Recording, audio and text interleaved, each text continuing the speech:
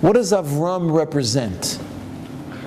Avram exemplified the midah, the trait of chesed, of true loving kindness for every single human being. And what did Lot do? Lot uprooted himself from Avram, and where did he move? He moved to the city of Sodom, to Sodom, which was the city that exemplified the exact opposite, a complete and total lack of any chesed, of any love whatsoever for fellow human beings. So Lot was the person who left Avram, who left the midah, the trait of chesed, of loving kindness, went to the capital of selfishness. And when that was destroyed, he had a son named Moab who continued to exemplify the trait of selfishness. That was Lot, that was Moab. So for a daughter of the nation of Moab to come to join the Jewish people in a manner that the Medrash is telling us exemplified chesed, so she was truly somebody who was fit to join the Jewish nation. Because rather than being a person who set up barriers between herself and others, she was a person who, through her acts of love and through acts of kindness, broke down those barriers and joined together with everybody else in acts of unity and love. So again, it is so important that we have to realize that in order to properly serve God, we've got to work very hard to banish from ourselves this notion of separateness. And as I was preparing for this talk tonight, I was realizing, I think, why it's so difficult. And I could really speak on this subject probably for a couple of hours, but I'm going to have to try to make it really short this evening since we don't have a couple hours at our disposal. But you have to realize God originally, all there was God.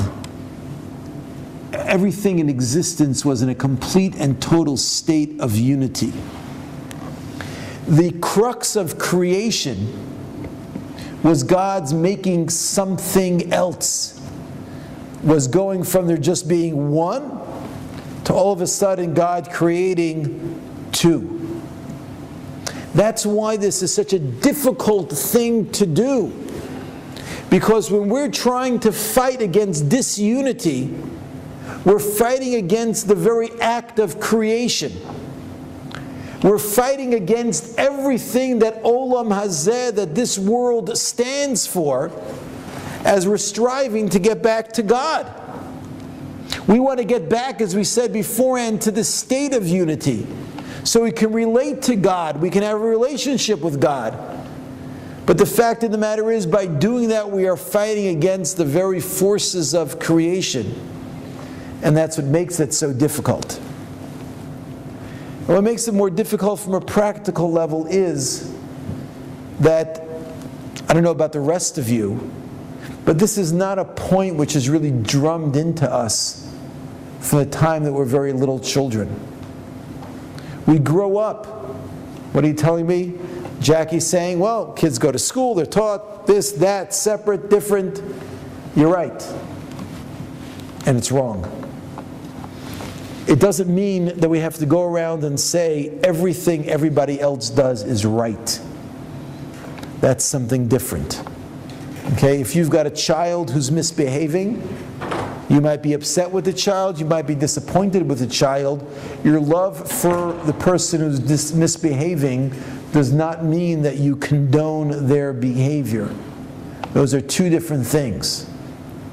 But if you love somebody and you're not happy with their behavior, the way you act and react to them is very different than when you don't love somebody and you have issues with their behavior.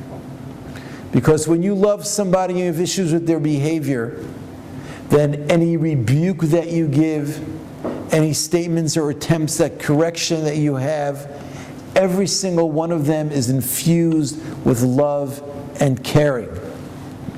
You know, Musar is the Hebrew word for rebuke. Musar has the same gematria, the same numerical equivalent as the word dvash, honey. You know why? Because the most effective way to rebuke somebody is when it's given with some honey. You know, just a spoonful of sugar makes the medicine go down. It goes a lot more effectively if you do it with honey. But you want to know something?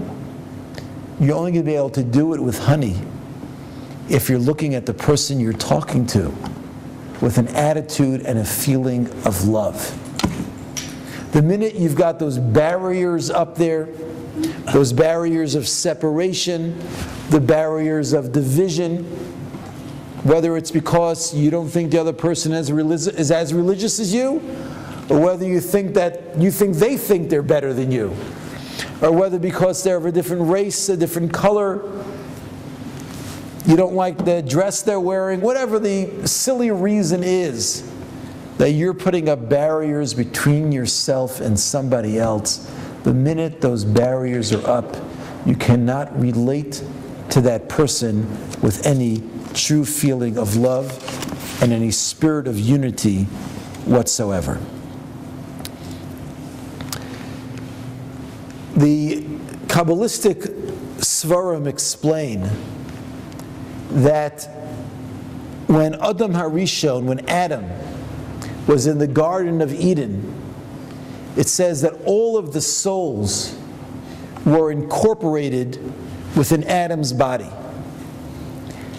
And the result of the sin that Adam committed, and when he was sent out of Gan Eden, out of the Garden of Eden, was that all of the souls were no longer incorporated within his body. And the deeper understanding of what that means is that when Adam was still in the Garden of Eden, every single person, meaning every single soul, was still, despite the fact that they were here in this world, in the world of duality, and in a world of separation, but every single person was able to recognize and understand and be cognizant of the fact that we are all one and we're all connected. And rather than looking at this is me and that's you, it's no. I see us all as being one, as we said beforehand, one unified organism. And as trite as it sounds, it's a simple analogy to your body. If you want to go ahead and do something, you don't have fights going on between your toes and your fingers as to what you should be doing. When you set your mind to doing something, your entire body follows in line to get the job done. Your hands doing what they're supposed to do, your legs doing what they're supposed to do, and the entire body. And you don't have your fingers and your toes busy arguing, busy having turf wars, busy knocking each other and telling each other who's better, who's worse, and no, I'm not going to do it if you're coming along, get out of here, or I don't want you. There is no such thing. So when Adam was still in the Garden of Eden, there was that recognition that every single soul was part of that one unified organism. And therefore, even though there were different souls, but everybody worked together with that one and singular sense of purpose.